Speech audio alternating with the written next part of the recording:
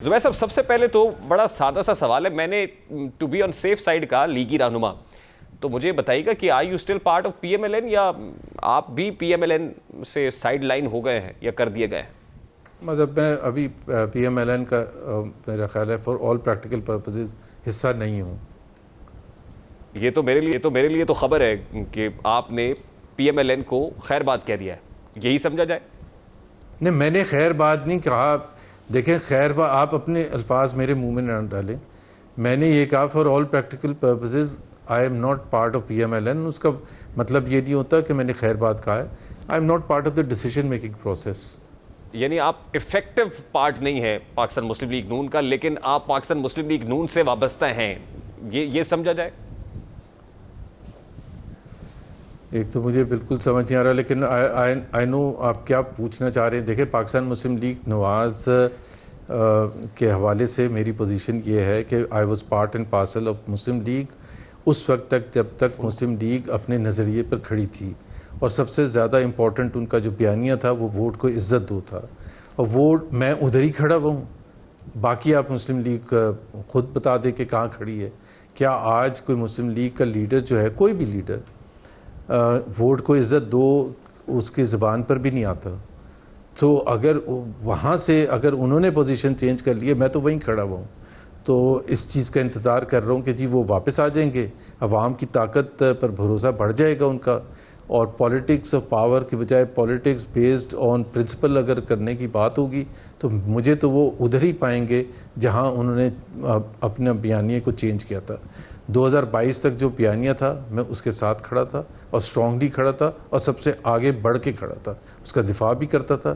اس کی پاداش میں مشکلات بھی آئیں، لیکن اس کی پاداش میں باقی پی ایم ایل این کی لیڈرشپ پر بھی مشکلات آئیں، جس میں میاں نواز شریف، مریم نواز، شہباز شریف سارے شامل ہیں، سعد رفیق اور دوسرے جو لیڈرز، خواجہ آصف وغیرہ، احسن اقبال، شاہد خاقان عباسی، سب نے سفر کیا تھا. تو وہ جو ایک جو narrative P M L N کا تھا، وہ آج اس کا جو اونر ہے وہ عمران خان بن کے ہے، اور اس کی پاپولیرٹی بڑھ گئی ہے اس اونرشپ لینے سے. اور پی ایم ایل این نے چونکہ وہ اپنا جو پاپولر بیانیہ تھا اس کو ترک کر دیا، تو اس کی پاپولیرٹی کم ہو گئی ہے.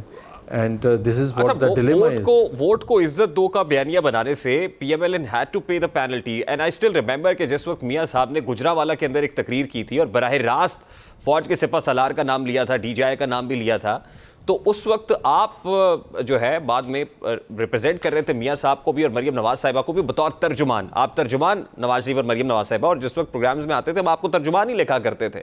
تو کیا پی ٹی آئی جہاں پی ایم ایل این نے اپنا بیانیہ ترک کیا، بیانیہ چھوڑا یا چینج کیا، وہیں چینج ان گارڈز بھی ہو گیا، وہیں لوگ بھی تبدیل کر دیے گئے جو پی ایم ایل این کے اب نئے بیانیے کو ریپرزینٹ کرنے کے لیے ٹی وی اسکرینز پہ آتا ہے؟ دیکھیں نا، جو بیانیہ میں نے کہا نا ووٹ کو عزت دو، وہ بڑا پاورفل بیانیہ تھا. میاں صاحب نے اسپوکس پرسن جب مجھے بنایا تھا تو وہ اس وقت ایک اسٹیبلشمنٹ کے ساتھ ان کا جو گلے شکوے تھے، اور وہ جائز گلے شکوے تھے، اور کیونکہ ان کو ظاہر سی بات ہے ڈسکوالیفائی کروایا گیا، ان کو جیل میں ڈالا گیا، ان کو کیسز بنائے گئے. تو جب میاں صاحب نے یہ فیصلہ کیا کہ وہ کھل کے عوام کے سامنے جائیں گے اور عوام کے سامنے اپنا بیانیہ رکھیں گے اور گلے شکوے کریں گے ان لوگوں سے جن کو وہ سمجھتے تھے کہ وہ رسپانسبل ہے یہ بگاڑ میں، اور صرف یہ بگاڑ پی ایم ایل این کے لیے نہیں تھا، پاکستان کے لیے تھا. 2017 تک اگر آپ مڈل آف 2017 دیکھیں، پاکستان کی جو اکنامک ترقی تھی وہ کس سپیڈ سے چل رہی تھی. سو پورے پاکستان نے سفر کیا. اب وہ سفر تو کر لیا پورے پاکستان نے، سب سے زیادہ پی ایم ایل این نے کیا. اب وہ، اور اس کی وجہ سے بڑی زبردست پاپولیرٹی بھی ملی، اب لوگوں میں پذیرائی بھی ملی. پاکستان کے کونے کونے میں مریم نواز لیڈ کر رہی تھی اور پولیٹکس آف ڈیفائنس ریزسٹنس شو کر رہی تھی، اور ان کو ظاہر ہے لوگوں نے بڑا سپورٹ کیا، لاکھوں کروڑوں لوگوں نے. تو آئی تھنک یہ ایک غلطی تھی جو ایک بیانیہ چینج کرنے کی.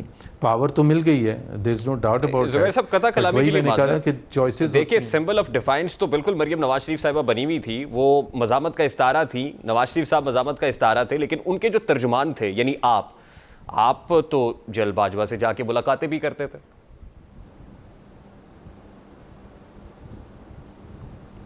جی دیکھیں، وہاں اس وقت دو بیانیہ تھے نا، ایک مزاحمتی تھا، ایک مفاہمتی بیانیہ تھا. اور اس وقت میاں نواز شریف کا اور مریم نواز کا مزاحمتی بیانیہ تھا. ہم سمجھتے تھے کہ مزاحمت ہوگی تو مفاہمت ہوگی, پاور ٹاکس ٹو پاور, کہ اگر آپ گھر بیٹھ جائیں گے اور میسیجز بھیجیں گے کہ جی ہم مفاہمت کرنا چاہتے ہیں, تو جب آپ کی کوئی پولیٹیکل سٹینڈنگ ہی نہیں ہوگی, جب آپ کی عوام میں پذیرائی ہی نہیں ہوگی, اور عوام میں پذیرائی صرف اس وقت ہونی تھی جب آپ پالیٹکس آف ڈیفائنس تو کریں. سر پھر شکوہ کس چیز کا؟ مفاہمت ہو گئی نا سر, جو P M L N achieve کرنا چاہتی تھی وہ کر لیا, مفاہمت ہو گئی, عمران خان گھر چلا گیا, حکومت گر گئی, آپ حکومت میں آ گئے. نہیں, میرا خیال ہے وہ ایسے نہیں ہوا نا, ایسے نہیں ہوا کہ فیبری 2024 کے الیکشنز میں اگر تو عوام میں پذیرائی ہوتی تو عوام کے ووٹ سے اگر حکومت آج بنتی تو بہت اچھی بات ہوتی. آپ میرے سے سوال آپ کا جائز بنتا ہے, لیکن آج جو حکومت بنی ہے وہ مینڈیٹ نہیں ہے نا عوام کا. تو سر ووٹ کو عزت دو کا بیانیہ بھی عوام کے ووٹ کو عزت دو کا معاملہ تو نہیں تھا نا, وہ بھی یہی تھا کہ اسٹیبلشمنٹ کو یہ کہا جا رہا تھا کہ power talks to power, as you just said, as you just mentioned, کہ اسٹیبلشمنٹ کو کے اوپر پریشر ڈالا جا رہا تھا کہ ہم سے بات چیت کریں, ڈیل کر لیں, وہ ہو گئی. جیسے میں سمجھتا ہوں کہ 2024 کا الیکشن فری فیئر اور ٹرانسپیرنٹ نہیں تھا, for from it. And I think Pakistan کی تاریخ میں ایون بائی پاکستانی اسٹینڈرڈس بہت ہی زیادہ اس کی کریڈیبلٹی بالکل ہی خراب ہے.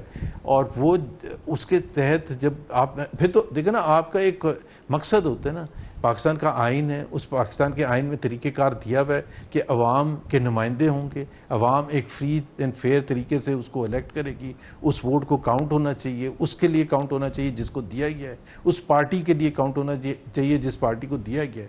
اب وہ اگر وہ نہیں ہوگا تو آپ کسی کو بھی انسٹال کر دیں, اس کے نتائج ٹھیک نہیں ہوں گے.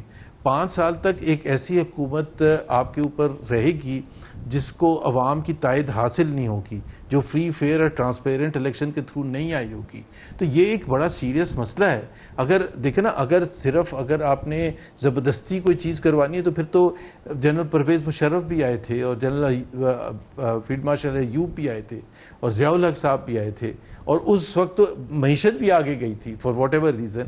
تو میرا خیال ہے کہ سب سے بیسک اصول یہ ہوتا ہے کہ آئین کی حکمرانی ہونی چاہیے, آئین کی بالادستی ہونی چاہیے, اور اس میں الیکشن کمیشن کا ایک بڑا کلیئر کٹ رول دیا ہوا ہے.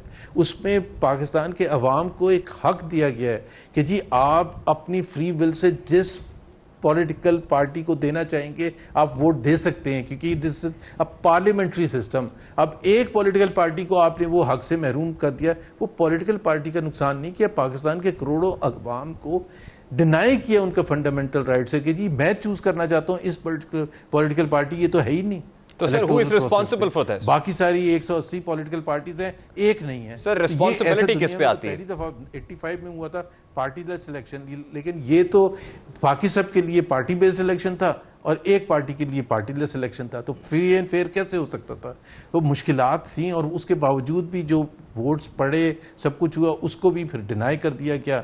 تو مشکلات میں تو آئے گا پاکستان. تو زبیر صاحب who is responsible for this? اس کی اونس کس کے اوپر ہے؟ یار رسپانسبلٹی تو الیکشن کمیشن آف پاکستان کی نا, اور کس کی رسپانسبلٹی ہے؟ اگر انڈیا میں آج الیکشن پر کوئی انگلی اٹھے گی تو Election Commission of India. Pakistan Muslim League نون کے لیے آسان تھا کہ آپ ڈینائی کر دیتے, آپ کہتے ہیں نتیجے ٹھیک نہیں ہے. نون لیگ نے تو کوئی کنسرن نہیں شو کیا اس کے اوپر اپنا. یار آپ جس کا میں نام نہیں لے رہا, آپ بیچ میں مجھے وہاں نام لے کے جائیں نا. میں سیدھا کہہ رہا ہوں الیکشن کمیشن کی رسپانسبلٹی تھی, اب کورٹس کی رسپانسبلٹی ہے کہ جی وہ انشور کریں کہ جی فری اینڈ فیئر ہوئے تھے یا نہیں ہوئے تھے. پاکستان کا ایک طریقہ کار ہے, چیف جسٹس آف پاکستان کو بھی سمجھنا چاہیے کہ یہ جب تک آپ اس چیز کا فیصلہ نہیں کریں گے, اس کا کیسے فیصلہ کریں گے یہ میں نہیں ان کو بتا سکتا, لیکن بہت سی پٹیشنز پڑی ہوئی ہیں ان کے پاس جس میں یہ طے ہونا ہے کہ جی فری اینڈ فیئر الیکشن ہوا تھا یا نہیں ہوا تھا. سر بینیفیشری تو الیکشن کمیشن آف پاکستان براہ راست نہیں ہے نا, بینیفیشری تو وہ ہے جو حکومت میں بیٹھے ہوئے ہیں. بینیفیشری تو وہ ہے نا جن کو حکومت ملی ہے. جی بینیفیشری اور کون ہے؟ جی تو سر پھر رسپانسبل تو وہ بھی ہے نا سر. اگر وہ اتنے ہی ڈیموکریسی کے چیمپئن تھے تو آواز اٹھاتے, ووٹ کو عزت دو کی بات آپ کرتے ہیں. آپ صحیح کہہ رہے ہیں, وہ رسپانسبل بھائی, بالکل میں آپ کی بات سے ایگری کرتا ہوں, وہ رسپانسبل بھی ہیں. ایک ایسا الیکشن جس کے تھرو, جس طرح کل ایک فیصلہ آیا تھا ریزرو سیٹس کے حوالے سے, اب جو سینیٹر جو پنجاب اسمبلی کے ممبر بنے یا نیشنل اسمبلی کے ممبر بنے یا کے پی اسمبلی کے ممبرز بنے اس بنیاد پر, ریزرو سیٹس کی بنیاد پر, تو میرا خیال ہے کہ ان کو خود بھی سوچنا چاہیے تھا کہ یہ صحیح طریقہ نہیں ہے. کیسے ہو سکتا ہے کہ جس کی 2/3 سے زیادہ سیٹیں ہوں کے پی اسمبلی میں، اس کی ریزرو سیٹس ایک بھی نہ ہوں، اور جس کی تقریباً 4 سیٹیں ہوں اس کے 6 ریزرو سیٹس ہوں. مطلب کوئی کامن سینس بھی کوئی چیز ہے نا. سارے تو نہیں لیگل ایکسپرٹس ہوتے، پوری دنیا اس کو لیگل کانسٹیٹیوشن کو کھول کے تو نہیں دیکھیں گی کہ کیا ہے. وہ تو صرف یہ دیکھیں گی یہ پاکستان ہے، یہاں ہمیشہ 2 نمبری ہوتی رہی ہے اور آج بھی یہی ہوئی ہے. تو بالکل جو لوگ جھنڈے والی گاڑی جن کو مل گئی ہے، یا جو بڑے خوش ہیں کہ جی ہمیں کسی نہ کسی طرح سے وہاں اس پر بٹھا دیا گیا ہے، تو میرا خیال ہے سب کی رسپانسبلٹی بنتی ہے کہ وہ اس چیز کا ادراک کریں. اور ایک ہی طریقہ ہے اس کو ٹھیک کرنے کا، یا تو کوئی اگلے 2 مہینے میں کوئی ایسا سسٹم کریں کہ جی اس میں جو بھی ٹریبیونل میں پڑی ہیں لوگوں کے کنسرنس اس کو ایڈریس کیا جائے. اگر وہ نہیں کر سکتے تو پھر ایک Pakistan has to go through another electoral process.